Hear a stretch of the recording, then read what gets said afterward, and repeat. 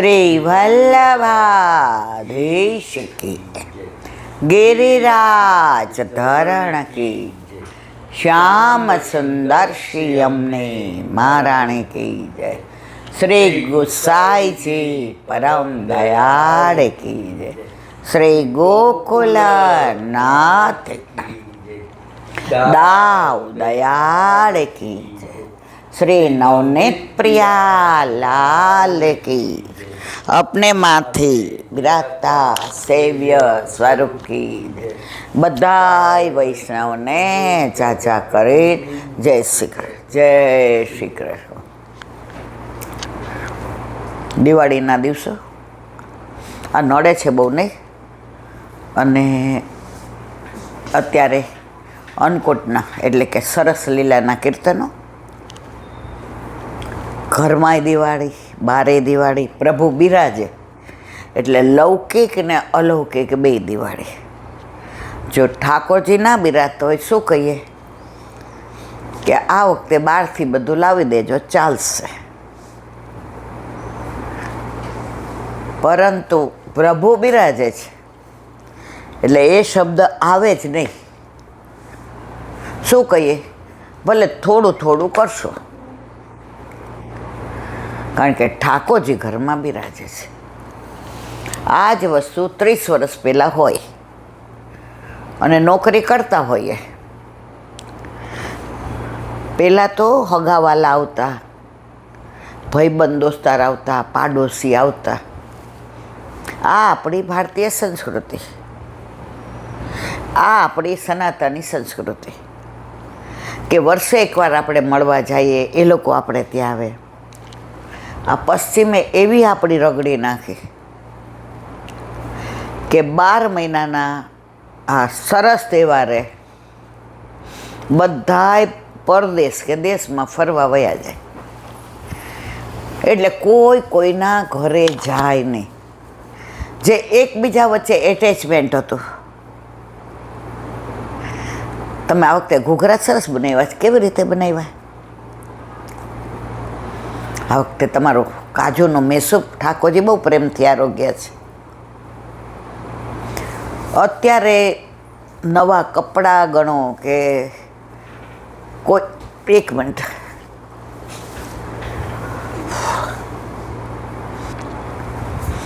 અત્યારે ફોન આવે એકબીજાને પૂછે આ વખતે તમે ક્યાં જવાના છો? 12 મહિનામાં મને બરાબર યાદ છે, અમે નાના હતા ને 11 રંગોળી કરીએ, ફટાકડા ભલે થોડા થોડા ફોડતા હતા। પહેલાં આટલો પૈસો નહોતો પણ પ્રેમ બહુ હતો। અત્યારે ખબર નહીં પૈસો ક્યાંથી આટલો બધો વધી ગયો છે, પ્રેમ જતો રહ્યો છે। પહેલાં તો ભાભુને ઘરે જઈને, ફૈબાના ઘરે જઈને, દીદીને ઘરે જઈને, અને એ બધા આપણા ઘરે આવે, અને સાંજે પાછા કહીએ આજે સાંજે બધા ભેગા થઈને અહીંયા જમી લેશું। અંદર જે ભાવના હતી, પ્રેમ હતો, એ આજે તમને ગોતવા જાઓ તોય ન મળે। ત્યારે કોઈને ડિપ્રેશનની ખબર ય નહોતી પડતી, કારણ કે એકલા પડતા જ નહોતા। અને અત્યારે એક ઘરમાં 6 જણા રહેતા હોય તો એકલા જ છે, બધાય પોતપોતાના રૂમમાં। સાંજે શું બનાવવું છે એમાં મેસેજ કરે, એટલે ઓલો જવાબ આપે, એટલે માં બિચારી પાછી બધાને કહે કે આ ચાલશે? 2 જણ કે ના, એવું ક્યાં ભાવે છે? તમે એક ઘરમાં રહ્યો છો તોય તમારું એકબીજાની વાત કરવાની તમને ગમતી નથી। એના લીધે જુઓ તમે, કુટુંબ ભાંગતા જાય છે, પ્રેમ ઘટતો જાય છે, અને પશ્ચિમમાં જે છે એ જ બધું અહીંયા ચાલી રહ્યું છે। એટલે જ પહેલાં આપણે મધર્સ ડે ને ફાધર્સ ડે, આવું મને તો યાદ નહીં, અમે નાના હતા રોજ મધર્સ ડે ને રોજ ફાધર્સ ડે આપણે અહીંયા ઉજવવા માંડ્યા। કેમ? મા બાપ અત્યારે વૃદ્ધાશ્રમમાં વધુ હોય છે, એટલે એક દિવસ ફૂલનો ગુચ્છો લઈ આવે, મીઠાઈ લઈ જાય, મળી આવે, હેપી મધર્સ ડે, બુડી મઢ ઢાંકડીને પાણી લઈને. જે માએ તને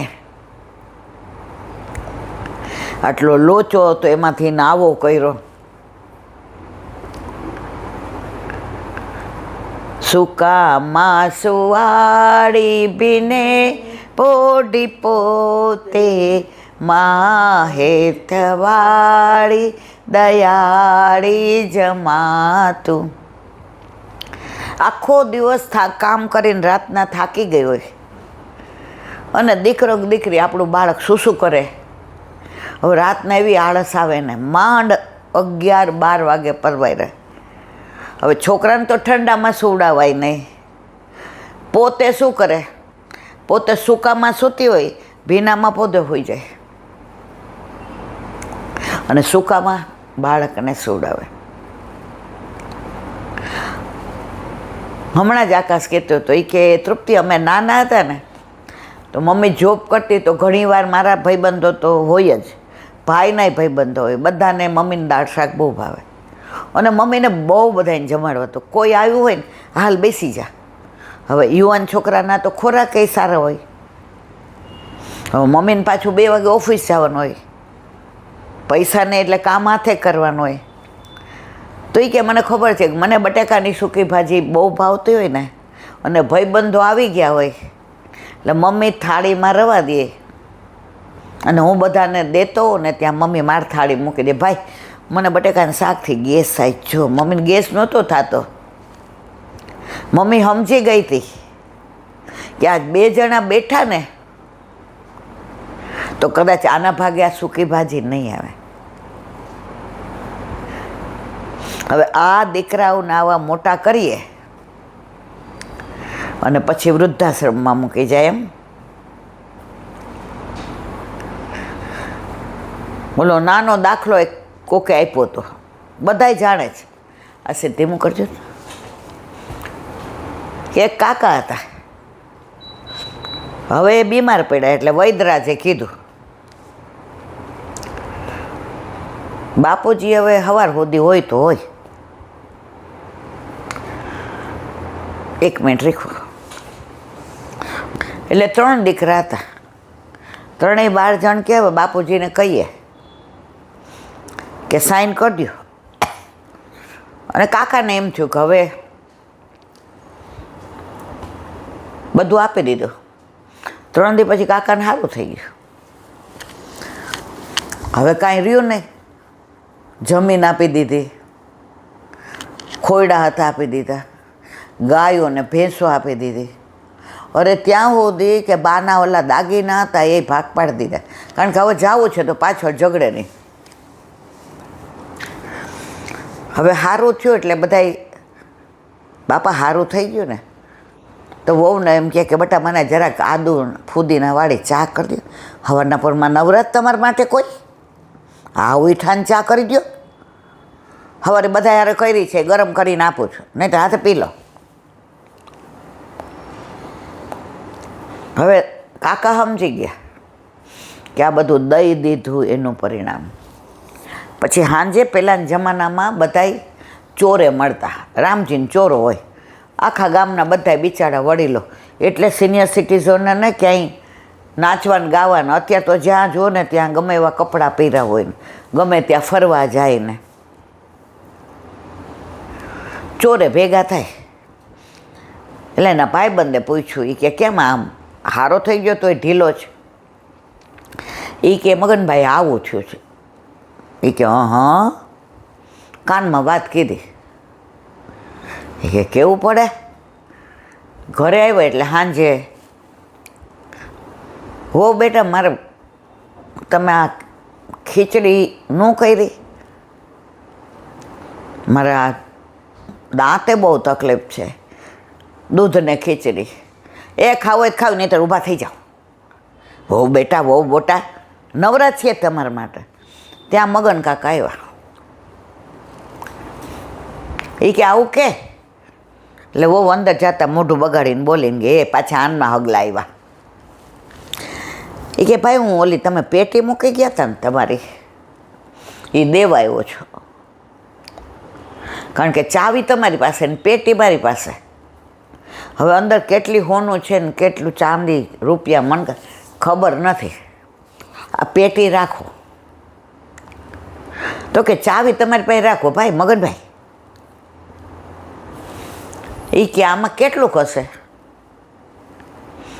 એટલે કાકા કે રહેવા દો ને, જેટલું છે એટલું. આ મરણ મૂડી છે. એટલે વહુએ જોઈ લીધું કે આટલું બધું આપ્યું તો આની પાસે હજી આ પેટી ભરીને છે. એ કે બાપા ઉભા રહ્યો, ખીચડી કરી દો, ચૂલો ચાલુ જ છે અને ગાયનું દૂધ દોઈ દો બાપા, એટલે તમને છે ને મીઠું લાગે. ના ના ઓ બેટા હું છે ને રોટલો ઓલામાં દૂધમાં ચોળીને ખાઈ લઈશ બેટા તમે. ના ના એ તો મારી તબિયત નહોતી સારી એટલે બોલાયું. ના ભાઈ ના. કાકા કે ત્રણેય છોકરા આવ્યા, જે વડચકા તોડતા હતા બધું લઈ લીધા. પહેલાંના જમાનામાં છે ને આવા પોતપોતાના રૂમ નહોતા, એટલે એક ઢાળિયામાં બાપા સૂતા હતા. ત્રણેય આવીને કે બાપા તમને અમારા વર્તનમાં કંઈ ફેર લાગ્યો ને એનું કારણ અમારે તમારા ભાઈઓને ત્રણેયને ખદબદ થઈ હતી. તમારી હારે અમને કોઈ પ્રોબ્લેમ નહીં, આ તમારું જ ઘર છે. બાપા કે મારું જ છે ને, તારું થોડું જ. એ તો કરી દીધું. હવે તેવા કાયદા આવી ગયા છે કે તમે દઈ દો પછી મજા ન આવે ને તો પાછું કોર્ટ અપાવી દે તમને. તમારે જરાય મૂંઝાવાનું ને. તમારે આ પેરણ, આ જે ઉપરનું ખમીસ હોય ને એને પેરણ કહેતા પહેલાં. આ ધોતી ટોપી તમારે જેવા તેવા નહીં પહેરવાના. અમારા જ સરસ આ તમારું આપેલું છે બાપા, અમારું જ. બાપા ક્યાં પેટી આવી ને કમાલ થયો. હવે બધા પેટી રોજ ખખડાવે બાપાએ ભેગું સારું કર્યું છે કે એટલે મોટી હોવ કે પણ ચાવી કે મગન દાદા પાસે છે.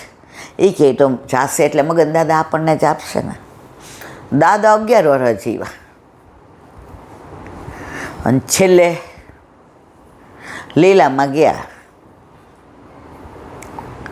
ઘરે આવ્યા ને 16 દિવસ થયા, બધી વિધિ પતી ગઈ. બધાએ મગન દાદા પાસે ગયા. એ કે પેટીને ચાવી આપજો ને. એ કે બહુ સારું કર્યું તમે, વિધિ સારી કરી બાપાના આમ તેમ. એ કે બાપાએ હમણાં ઘોડું આપી છે કે, અને હજી તો આ પેટીમાં શું છે કોને ખબર. એ કે મગન દાદા કે લો ચાવી. ત્રણેય ભાઈઓ ને ત્રણેય વહુ બારણું કર્યું બંધ, રૂમમાં બેઠા. એ કે આમાં સોનું. ઓલો કે ના ભાઈ ના. એ કે ચાંદી તો હશે જ. ખોયલું તો આવડા પથરા હતા. દાદા રોજ ખખડાવતા, સમજી ગયા. અત્યારે પરિસ્થિતિ આ છે. ભલે બધાના ઘરે નહીં હોતી, પણ સિનિયર સિટીઝન કોઈને ગમતા નથી.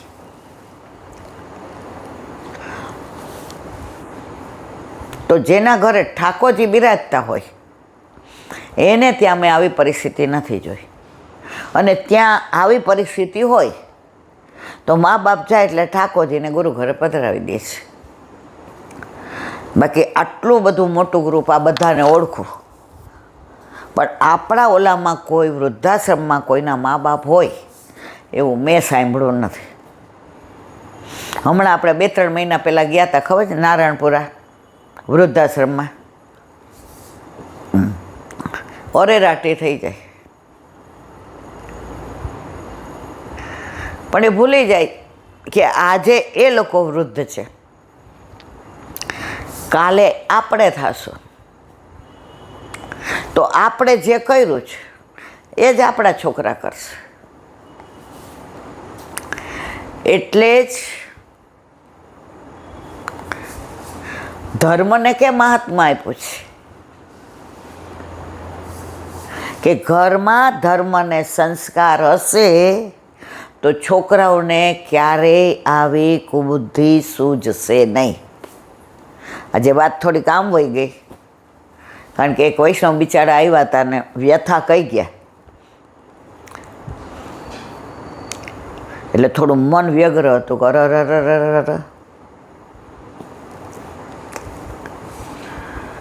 આરે સંસારિયામાં કોઈ નથી સુખી, જ્યાં જ્યાં જોવું ત્યાં દુઃખી ને દુઃખ. આ બધું લૌકિકમાં. બાકી જેના ઘરે ઠાકોરજી બિરાજે છે,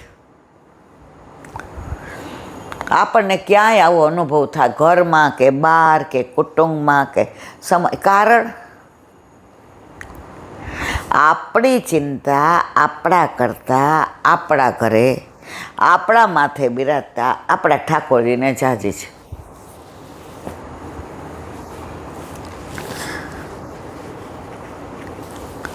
હવે એક નાની વાત, 150-200 વર્ષ પહેલાંની, એટલે કે હમણાંની જ.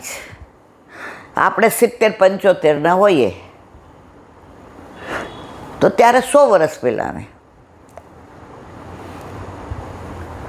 ઓરિસ્સામાં એક ગામ, હવે ગામનું નામ ભૂલી ગઈ, ત્યાં બંધુ મોહંતી નામનો એક વ્યક્તિ રહે, જેને કૃષ્ણ બહુ વાલા, જેને કૃષ્ણ ઉપર અનહદ વિશ્વાસ, જેના જીવનમાં કૃષ્ણ એટલે કે જગન્નાથજી વણાઈ ગયા હતા. કારણ કે જગન્નાથજી ક્યાં આવ્યા? ત્યાં જ ખાતા પીતા બોલતા ચાલતા, કોઈ આવે જાય, પ્રભુની જ વાતો કરે, ઉંમરના નહીં. હવે પ્રભુએ નાના નાના 2 છોકરા આપ્યા, પત્ની પણ બહુ સારી આવી, જેટલામાં હોય એટલામાં પૂરું કરે. અને બધા એમ કે બંધુ મોહનથી સંતોષી બહુ.